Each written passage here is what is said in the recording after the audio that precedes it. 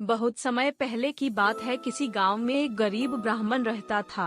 एक दिन उस ब्राह्मण के घर कुछ अतिथि आए।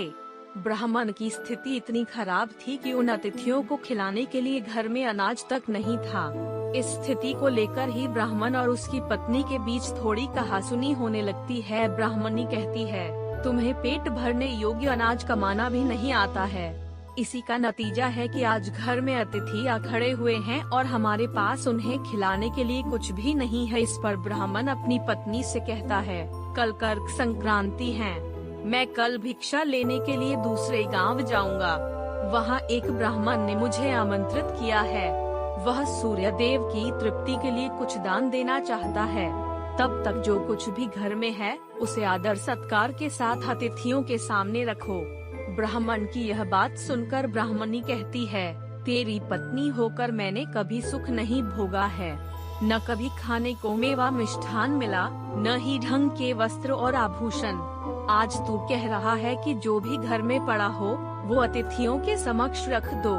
जब कुछ है ही नहीं तो मैं उनके सामने क्या रख दूं?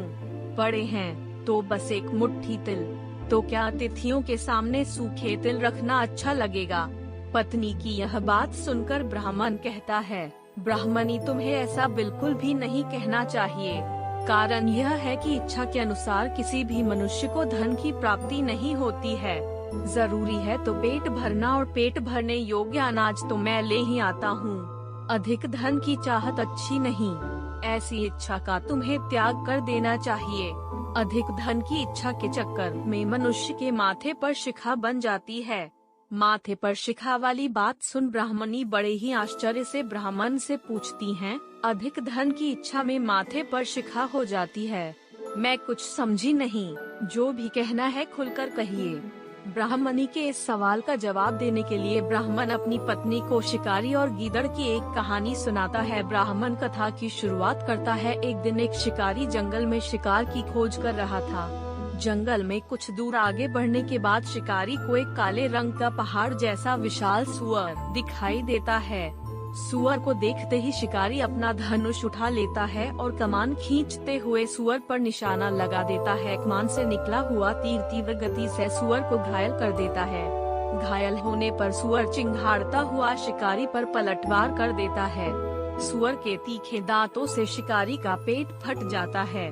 इस तरह शिकार और शिकारी दोनों का ही अंत हो जाता है। इसी बीच खाने की तलाश में भगता हुआ एक भूखा गीदड़ वहां से होकर गुजरता है, जहां शिकारी और सुअर का शव पड़ा हुआ था।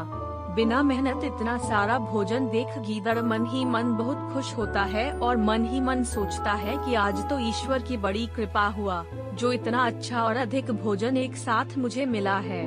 मैं इसे धीरे धीरे और आराम से खाऊंगा, ताकि लंबे समय तक मैं इसे उपयोग में लाऊंगा। इस तरह मैं इस भोजन के साथ लंबे समय तक अपनी भूख को शांत रख पाऊंगा। इन सभी बातों पर विचार करते हुए गीदड़ सबसे पहले छोटी छोटी चीजों को खाना शुरू करता है। तभी उसे शिकारी के मृत शरीर के पास धनुष पड़ा दिखता है। गीदड़ के मन में पहले उसे ही खाने का विचार आकार है और वह धनुष पर चढ़ी डोर को चबाने लगता है। गीदड़ के चबाने से धनुष पर चढ़ी डोर टूट जाती है और डोर के टूटने से धनुष का एक सिरा वेग के साथ गीदड़ के माथे को भेदता हुआ ऊपर निकल आता है।